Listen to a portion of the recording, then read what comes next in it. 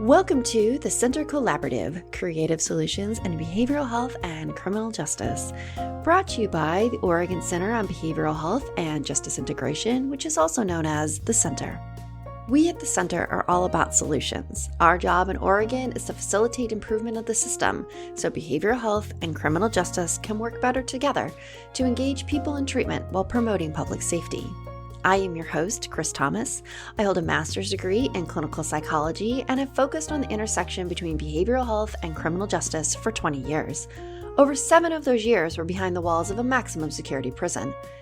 During this podcast, you will have the opportunity to sit in on real, in-depth conversations with experts about complex topics in a way that is both fascinating and digestible. We will focus not just on what is wrong with the system, but what is going right and how we can work together to evolve.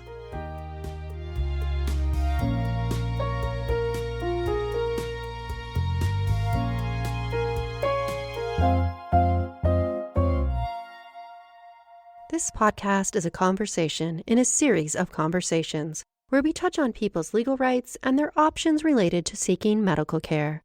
Since our conversations are intended for informational and educational purposes only, they are not a substitute for or a reason to delay seeking professional legal or medical advice. In this episode, I am joined by Alton Harvey Jr., CADC-I, mentor, Public Defense Services Commissioner, and man in recovery, to talk about the importance of mentors in the recovery process. We discuss his story and what was helpful for him, the movement towards harm reduction, and most importantly, how imperative it is to have people with lived experience at the seats of power when talking about policy and programming. Alton and I are friends, so you'll hear me call Commissioner Harvey Alton throughout the podcast. Welcome to our conversation. Alton, I am so excited to have you with us here today. Thank you so much for joining us. It's my pleasure. I'm excited as well. You and I talked a little bit about you sharing your journey first to where you are now. So I'm wondering what you want to start out with telling our listening audience. Okay, first of all, thank you for having me. My journey started on the south side of Chicago, born and raised, a member of a 6-member family household. Mother, father, grandmother, 2 siblings, and myself. Growing up, we were considered normal, middle-class Black family. Loved my family, loved the environment I grew up in, thrived in the environment, did really well in school, was very gifted athletically, talented artistically, grew up in the church, and had a pretty grounded upbringing. Somewhere along the way, I strayed off that path. I believe now, after doing some work, I look back and I believe I was dealing with some depression as a young teenager, started running away from home, started getting involved more heavily with drugs and alcohol. As a kid, we all smoked weed and drank. That was just the thing to do. But when depression set in and when I started this departure from the normalcy of family life by running away, I got more involved into some of the heavier things, cocaine, primarily cocaine. I didn't really do anything else, so primarily cocaine. That progressed, ended up becoming a full-blown addict, totally alienated from my family, living on the streets, decided I needed to change. If I wanted to live, I needed to change. So I left, I moved. I joined a door-to-door sales company, traveling all over the country, selling a cleaning product, a liquid cleaning product, no less. That was one of the funnest times of my life because I've actually lived in and worked in probably 38 of the 50 states in the union. Oh, wow. Yeah, it was incredible. And I was really good at it. I was very good at it. You can see where you would be. It was natural. I considered myself that ugly duckling that grew into the swan. That's how I describe my story because I was that tease kid growing up. I was that zit-faced skinny kid growing up.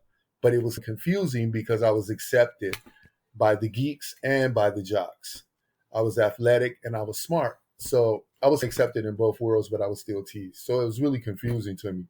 Yeah. But I've always been one of those people that people are drawn to me. And that's not me bragging. That's just, it is what it is. I'll never forget, I went to this lady's door, and I believe we were in Albuquerque, New Mexico. I think that's where I was. And I went to her door, and she had a security screen on her door that you could see out, but no one could see in. And she saw me approach. She watched me ring her doorbell, and she spoke from inside the house. And I couldn't see her, so I was like, "What? Hey, how are you?" And I'm standing at the door, and she says, "Before you get started, I want to ask you a question." I go, "Yeah." She says, "You must be a Christian." And I go, "Yeah, I would like to think so." I say, "Why'd you ask me that?" She says, "Because I can see your light shining." And that was one of the best compliments. That was one of the greatest compliments I've ever received. And I guess I kind of lived my life by that golden rules. If I was going to put words to it, even in my addiction, I was still the addict with value, the addict with morals. Anyway, ended up meeting my first wife, my son's mom, had one child with her. I met her selling her cleaner, as a matter of fact. We started dating, fell in love. I quit the business, started a family. She had 3 kids, and then we had one together. And it was really like that fairy tale love. I was really in love with this woman, as she was with me. And then the addiction came back up. The addiction issues resurfaced, and it just destroyed everything. I lost my home. I lost her. I lost the kids. I lost everything to my addiction. Ended up homeless on the streets of Portland. Again, alienated from everyone and everything. Racked up a bunch of felonies. Nothing severe, more drug related possession stuff, things like that. 9 treatment attempts. And on the 9th one, that was it for me. What was different? I was tired. I Yeah. was tired. I was tired of being tired. I was blessed and fortunate that I came from the background I came from. As I said, I lived my life by the standards and the values and the morals that were instilled in me as a young man, as a child. From a child to a teenager to a young man, those values and those standards and those morals carried me quite a way. And even when I was out there, those values and those morals, they continued to carry me. And I was one of the fortunate ones. I was able to recognize, and I got to tell you, Chris, along the way, I always recognized that I wasn't supposed to be there. This is not where I was supposed to be. But that helped me when I was ready. Mm-hmm.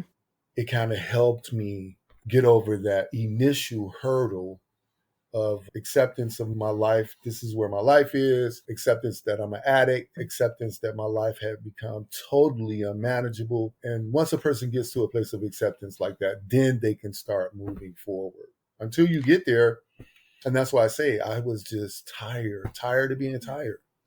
And you had a model too of what it could be from your Amen. earlier life, right? So you had something to compare it to. You knew that it could be different. Absolutely. I come from a family where my dad is one of 9 children and my mother is the only child. The upbringing that I had was the best of both sides of that. I had to learn to share and value things. It didn't matter the significance of the object or the lesson or whatever. I had to learn to value that. But then on the other side, I was also spoiled. I can genuinely tell you that my brother, my sister, and myself, we had everything that we needed and most of everything that we wanted. And that's a good life.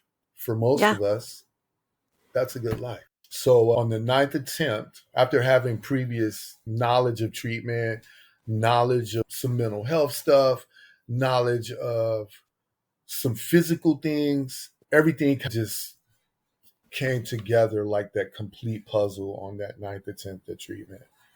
And I'm so grateful for VOA, Volunteers of America, Men's Residential Center. That was the place I went to the last 2 times. And out of all the treatment facilities and programs that I went through prior to that, was the golden ticket. That was the one with the golden ticket. So I'm so grateful to them. And I remain connected with them. As a matter of fact, I work for the corporate organization. I work for Volunteers of America now. Yeah. Alton, I'm curious. I know that it was different for you, but I'm also wondering, was there something different about that residential facility?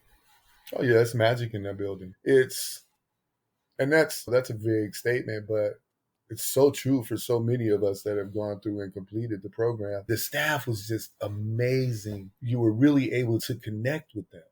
And when I say the staff, the administrative staff as well as the service staff, the director, Greg Stone, you can't ask for someone who has more dedication and passion for the community of recovery, for the support of an addict, and for the advancement of treatment services and programs in the metro area. There's no other person that I know, and I can honestly tell you, that has a deeper compassion and a deeper even understanding. And he's not even an addict.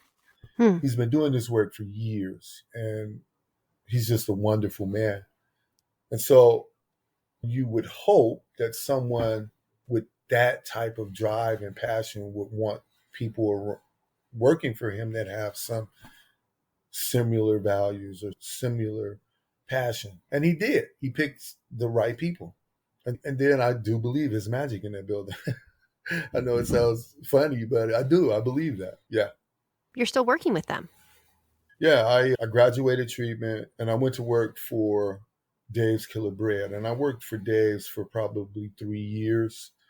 But third year, I was asked to go speak down in Salem at the state legislature level as a successful drug court graduate. And when I went down and spoke, the director of VOA Outpatient Treatment Services at the time, because he's no longer the director there, but at the time he heard me speak and he told me afterwards, he says, man, if you ever want a job, you just come and see me.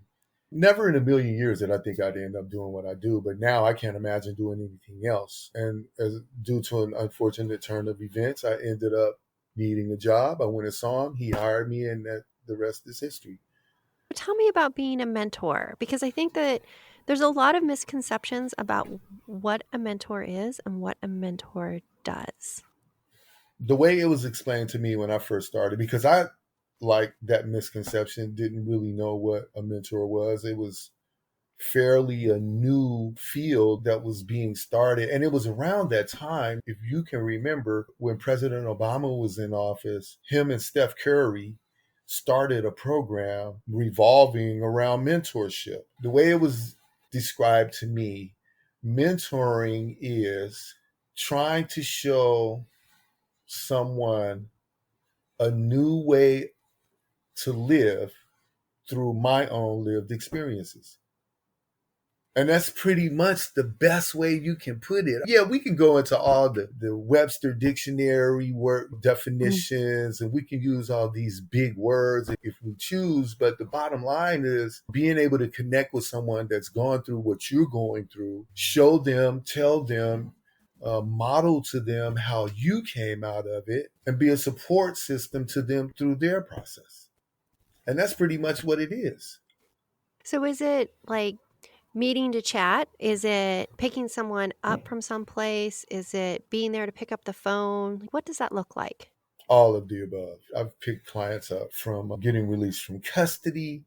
I've supported clients who were turning themselves into custody. I've picked clients up that were in an alcoholic withdrawal type situation.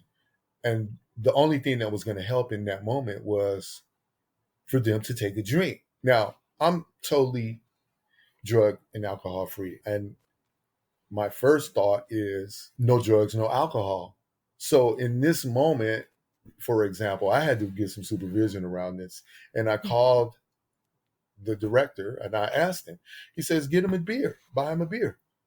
So in that moment, I learned about harm reduction. That was my first encounter with the model and actually using it. And it helped get this man to treatment. I was able to facilitate getting him safely to the hospital so that he could get into treatment. There's so many different things that I do. Alton, I'm wondering for our listeners, if you could help them understand how buying him a beer in that moment was the safer option from a harm reduction standpoint and getting him to treatment than if you had not bought him that beer. For a lot of people that don't know, alcohol withdrawal is one of the most dangerous withdrawals from any drug that's out there. Alcohol withdrawal is one of the few that you could actually die from. I haven't heard of too many people dying from crack withdrawal, for example, or withdrawals from methamphetamine. I haven't heard too many people, if any, dying. But alcohol, it'll kill you to withdraw from alcohol. So there was that factor. We didn't want this man to go into alcoholic withdrawal seizure. There were some real dangers to his physical health had I not bought that beer for him. And then once the alcohol was in his system, his mental state changed. He went from being anxiety ridden, fear ridden, totally physically in discomfort. He went from that chaos to, okay, now I can function in an instant. It was just like flipping on a switch. The moment that alcohol entered his bloodstream, it reversed the process of those withdrawals. He was able to hear me and understand me before we got the alcohol in his system. But he was focused on, I need to get some alcohol. He wasn't focused on anything else I was saying to him. Once the alcohol got in his system, then he could understand that it's important that we get you to point A so that we can get to point B, which was the hospital and then on to treatment. I think it's a great example of really meeting people where they are instead of getting caught up in how things should be.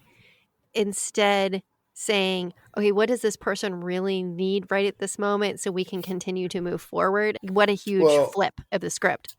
Prior to that, I wasn't going to buy him a beer. I wasn't. That was just the way I was taught. That was how I was brought up in recovery.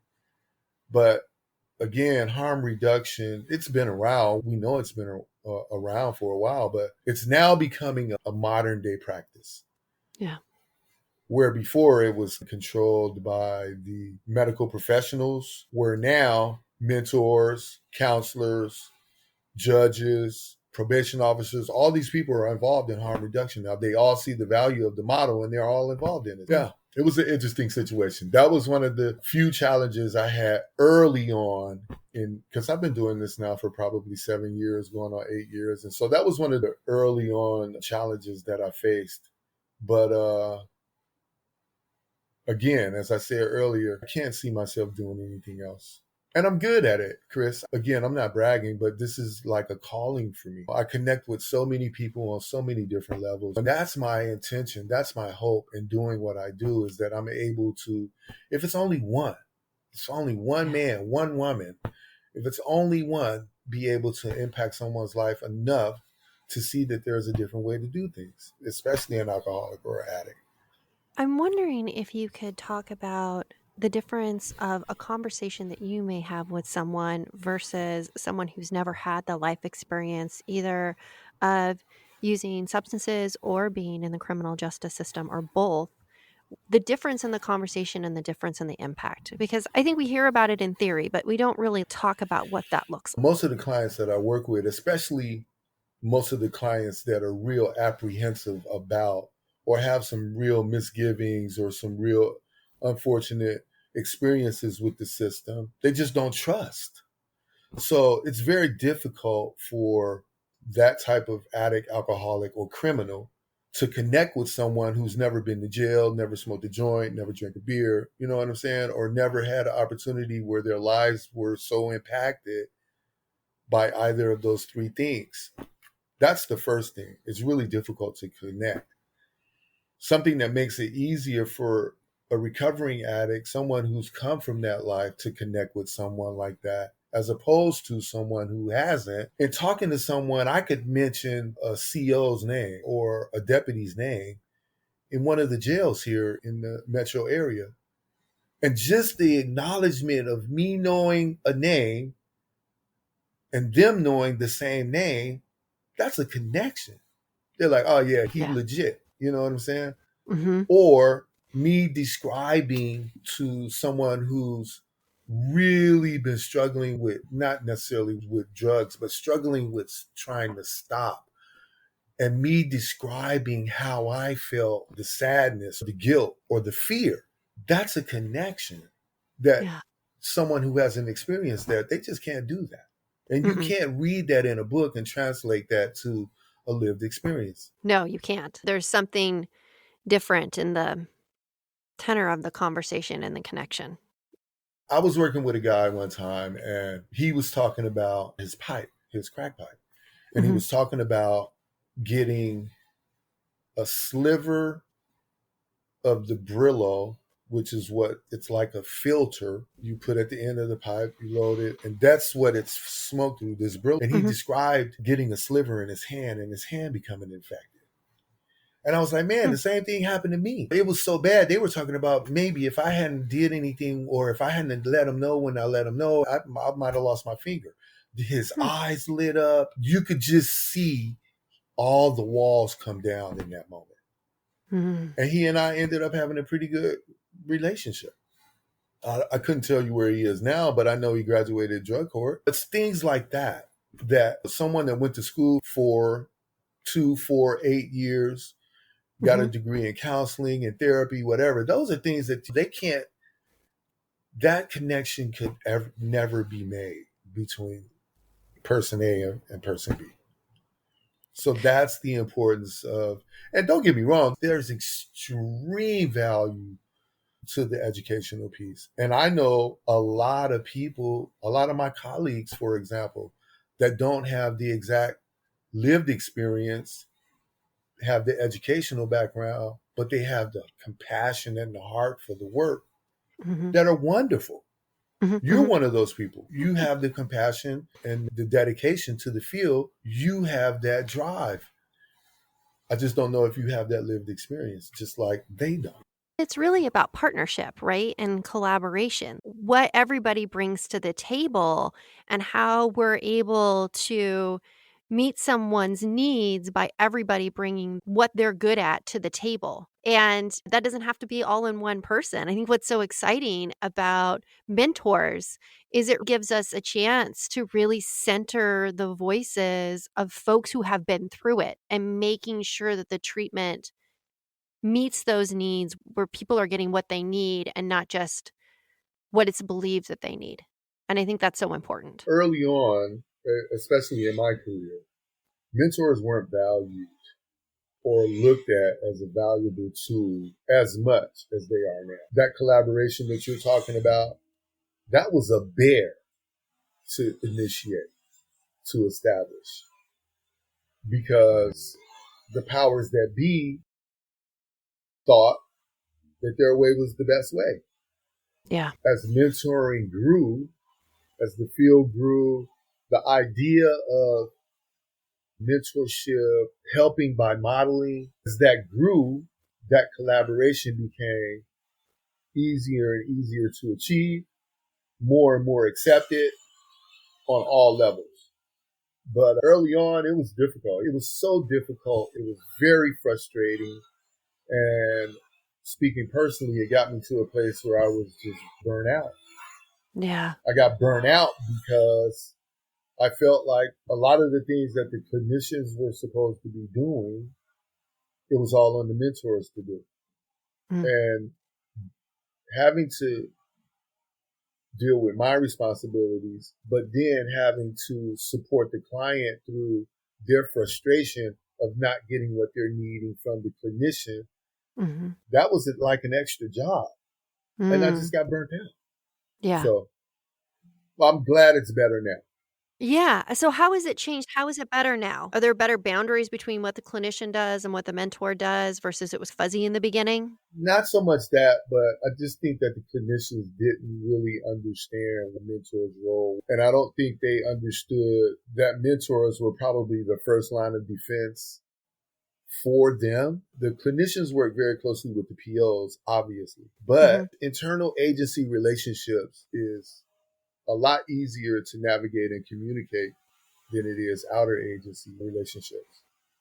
So, as I said, as mentoring became more popular, as more people became educated and knowledgeable about what mentoring was, and as clients were expressing their gratitude for having said mentor in there, it's become a lot easier. It's become a lot more commonplace for that relationship to be established. And the value of what mentors bring to the table, I think, is much more established now. and understood. Again, when President Obama and Steph Curry, you know who Steph Curry is, right? Name is not coming to me. Okay, I'm sorry. He's an NBA basketball player. Oh, He plays for I definitely would not come to me. That's why I chuckled. I'm sorry about that. No, But I own my ignorance here, Alton. it was so huge. Then it was like, wow, you mean to tell me this is what we've been missing? You know what I'm saying? Yeah. And now everyone sees it. Like all the judges I work with are just tickled pink to have mentors. The POs. And there's always going to be that 0.5%, that 1%, that small group that just aren't willing to change. And to go a step further, to let go of that control, that place on the pedestal. That is just a small group, a very small group. But there's always going to be that.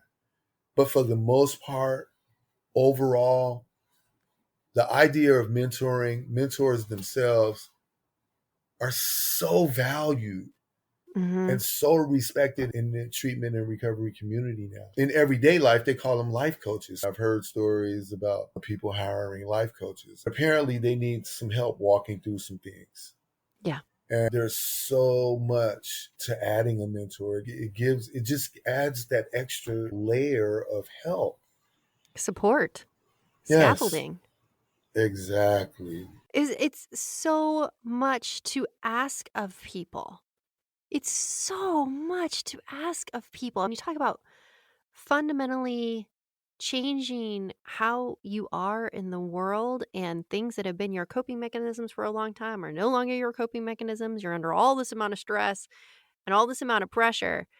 Like, that's scaffolding and that's support with someone who's been through it and has done it and can show you some hope. That's a game changer. The irony is that people in the judicial system, in treatment services, they're kind of strongly guided toward mentor services, if not directly ordered to engage in mentor services. So when you're talking about a person struggling and at a crossroad and they're really, I don't know what I'm going to do. I don't know how I'm going to do it. In those moments, it's very supportive. But then you have those moments where people aren't in the judicial system yet. Possibly they may never be in the judicial system. You have those people that have skirted the system, but their lives are still at a place of shamble. They may not recognize it, but if we could show those people the importance of it, it would be huge. That would be a game changer. Oh, yeah. If you could engage folks before they ever get into the system, where it's more, you will do this, right? Where they're not going through everything that you have to go through being in the criminal justice system. If we could get to folks before then. What are your thoughts on that, on how we could engage folks before they get into the system? It's kind of simple, but it's complex. There are some things out there in adventure programs where family members get involved and medical staff, medical teams, primary care physicians get involved. The word about, or the idea, the explanation, the description of mentoring should be not just in the judicial and treatment world, it should be all over the place. And it shouldn't necessarily be, because what I failed to mention when I brought up life coaches and that title is, it's for primarily the wealthy. That's where that comes in. Where if we had mentoring as a service that's offered just if you were going to go look up in the telephone book and look up a therapist or look up mentoring. If it was advertised like that, if it was out there like that, then I think we could start to reach some of those people, especially people that they're ready, but they don't know they're ready. Or they're in this contemplative stage, or they're in the stage where they're straddling the fence, one leg over here, one leg over. If it's known to those type of people, then maybe we got a good chance, a very good chance, I would say. So it's just a matter of getting it out more. You talking about it, Chief Justice talking about it, legislatures talking about it. It's just a matter of a conversation. Yeah, because it hasn't been very long. If you think about back to the Obama administration, that wasn't that long ago. Not at all. And the huge strides that we've made even since the Right. Obama That's what I was administration. just ready to say. And Ah, it's psychic moment. Psychic moment, Alton. right. It's grown exponentially since it started. Yeah. And now, with new laws that were passed and funding that was made available, mentors are getting paid more money. So it's not getting into mentoring, you're going to starve. It's not like that. Yeah. It's getting to a place where it's something you can make a living at versus where it'd be really difficult to want to continue to do it because it'd be really Right. difficult to make a living at it. I hear all the time that clinicians, we didn't get into this work for the money. Yeah. And honestly, when I started doing this, I didn't get into the work for the money. No. I was making less money than I was when I was working at Dave's Killer Bread when I started this. Yeah. You can't eat a calling either. I think folks are starting to realize how important mentoring is, not only with folks with lived experience of behavioral health concerns, but also of experience in the criminal justice system. All those intersections of who someone is and their identity and how important that is. And having a variety of mentors available for who is in recovery is also really important. I've been asked to speak to new cadets coming on the force. I've been asked to speak to gang members. I'm trained to be a facilitator in a curriculum that's designed Black men 18 to 29 impacted by gang trauma and or drug and alcohol issues. So to be able to speak to an active addict is one thing. Mm-hmm.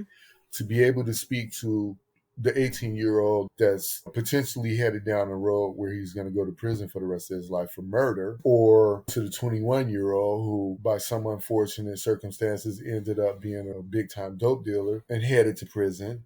Mm-hmm. And to be able to speak to those men and to possibly impact their lives is huge. Yes. So mentoring isn't just about alcohol and drugs. Mm-hmm. It's modeling a new way to live through my own experiences. It's such a life changer for mentors to be working with folks who are in the midst of a life change. But I think the other piece that's really important is having mentors and folks with lived experience at the table of power for making decisions about policy and programming and really having that voice centered. I know that right now you're at some of those tables and have been at some of those tables. And I'm curious if you want to talk about that a little bit. Yeah, the part of my journey is the relationships created and maintained throughout my journey. My clean date is 10/19/12. So God willing, in October, I'll be celebrating a decade of clean time, which is, every time I say it, it's just like huge, so huge for me, coming from where I came from. But the relationships that I've created and maintained have just been this catalyst to get me to these tables you just mentioned. As I said earlier, early on, I spoke at state legislature, and that was just, it was amazing. But that opened the door for me to be able to enter into the field I'm currently in. Mm-hmm. Since I've been in that field, I've been at the table with Department of Justice, for example, the POs and upper management. I've been at the table of the judicial system with the judges and district attorneys. And they really, with everything that went on in the past 3-4 years, the Breonna Taylors, the Ahmaud Arbery's, the George Floyd's, the just list goes on. And it's way before then. But the impact that those three had on the community created this space where people really were seeking change and not just talking about it. They really want to see some things done. And so they needed to be able to talk to people that have been on that side. So I have 2 of those things going for me. 3. So I've been a criminal, I've been an addict, and I'm a Black man. Yeah. And so those perspectives are what people were wanting to hear. And they wanted to know what ideas or what thoughts. And obviously they wanted to know my personal thoughts as well. And they respected that. And I truly was appreciative of that. But they wanted to know how I felt about what could be done. And the biggest thing for me at any of these tables is, one, that we're people too. And when I say we, Black, impacted by Mhm. criminality or addiction. We're people too. And two, it's all about communication. Yes. You know what I'm saying? And so communication is huge. And then respect, not respect for yes, ma'am, yes, sir, but respect for humanity. Yeah. So those things are what it's like sitting at those tables. I'll do my best to learn my arena, but I'm still going to deliver my message. And it's a powerful message, and it's a message that needs to be heard. And that's wonderful for you to say. It's But true.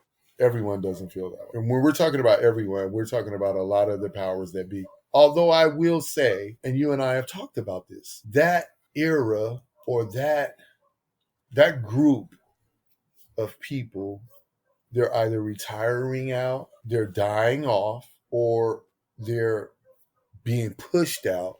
There's a huge catalyst for change, I think, throughout the system, like you and I have talked about and like you're talking about right now, and all the different levels of the old school way of doing things and the new school way of doing things, and then the friction that comes along with that as you're moving between systems.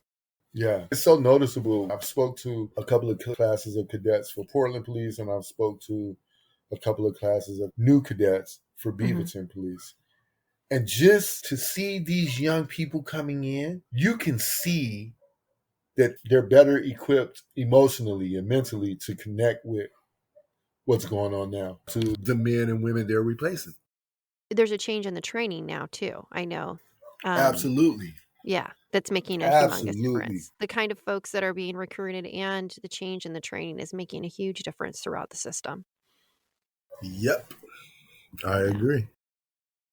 yeah. Training has been, for the most part, it was they taught you how to shoot. Hmm. They didn't teach you how to talk. And I'm talking about there's a lot of difference in the era I grew up in this era. Hmm. That's another thing. COVID has put us in a place where we're in like the unknown, like Yeah. literally. I never in a million years, I've never seen anything like this, and I never thought I would see anything like this. No. And to see the impact it's had on lives Yeah. all over the world, let alone the population that I work with, it's a new beast. But I will say that as a result of being a mentor, I was able to stay boots on the ground throughout the entire pandemic. And that was really helpful and supportive to those men and women that didn't have anyone throughout that process. They weren't even holding people in custody. So they couldn't even go to jail and, for lack of a better term, rest. Hmm. So to have that type of support through the pandemic, through that trauma, that was huge. I've had guys Absolutely. and girls tell me, "Oh man, I don't know what I would have did if I hadn't been able to talk to you or reach you or see you or whatever," because they were so isolated. Yeah. And struggling with a mental health condition or a substance use condition and isolation, those things do not go well together. Addiction skyrocketed Yeah. during the pandemic. Alcoholism skyrocketed during the pandemic. And now that we're coming out of it, we're seeing the ramifications of that skyrocketing Yeah. throughout our entire city, throughout the entire state.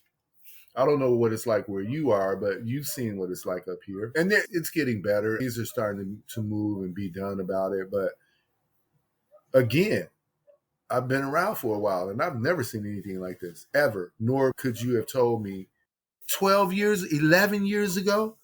Hmm. If you'd have told me something like this, I probably would have got clean 11, 12 years ago. Hmm. And hindsight is 2020. We know that. So Yeah. I don't know. But what I'm saying is, for someone to get clean now, that's one of the greatest. We tell the people that are still doing it, have been doing it through the pandemic, we give them all types of kudos because for them to be able to do it through that, Yep. you know what I'm saying? That's some dedication. And that's huge. Absolutely. You talk about layers of Yep. stuff that you have to get through, just Yep. extra layers. For our listening audience, think about how much your life has changed in COVID and what the isolation has done with you. And then think about if you were struggling with a mental health condition or a substance use condition and trying to beat your addiction through all of that on top of everything else. That's huge. Yeah, some people did it, and I was so proud of them. Yeah. It's not my story, but I stayed clean through it, but I didn't get clean during it. Even And there's staying a clean through difference. it. Yeah, but I got a different take on that because Yeah. when I started on my journey and I got into the 12-step community, and I saw early on, I saw men and women staying clean through everything, through all types of things going on in their lives, from death to financial stuff, from divorce to just everything. And they stayed clean through it. That was encouraging. Yeah. It's a feat to stay clean one day at a time. Yes, it is. Yeah. But I'm so far removed, Chris, from drinking and using right now. You know what I'm saying?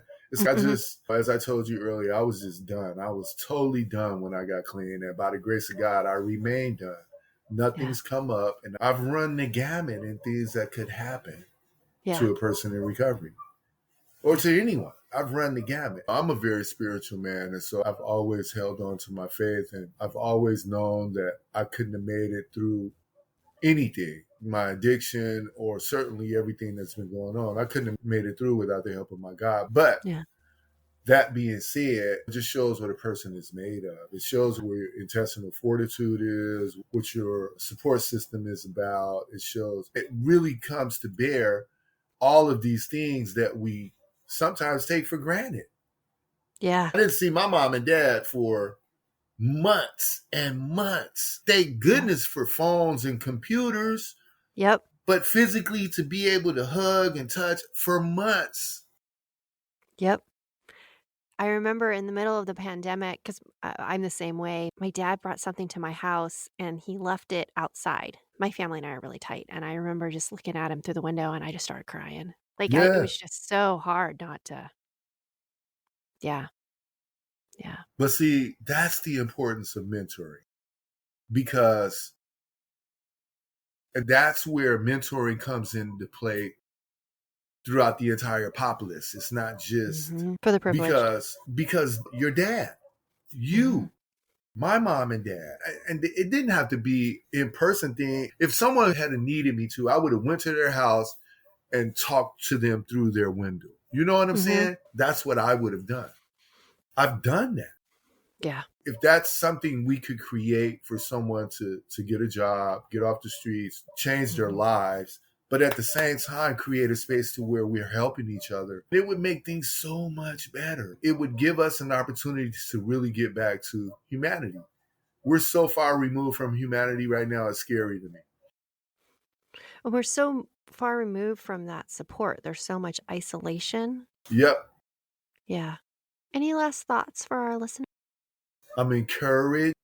I'm deeply saddened, but I truly believe that we're, as a people, I believe that we're starting to not just pay attention, but we're starting to move in the right direction. I truly believe that. Yeah. Now, how much movement, I couldn't tell you. I couldn't put a measurement on it, but I truly believe we are moving in the right direction. Again, my feelings are valid and they're my feelings. With those feelings of encouragement, of sadness, of fear, I still think we're moving in the right direction. Any arena I speak to or speak in, I'm going to always, this is just who I am. And I'm going to speak my truth and I'm going to say what I feel I need to say. Well, I always enjoy my conversations with you, Alton. As I with you. I really appreciate all the work that you do with us and the conversations and relationship I get to have with you, because I find it so valuable. I really thank you so much for coming on the podcast today, telling us about your journey and how important mentoring is and your thoughts on the world today. I thank you. You're very welcome. Anytime.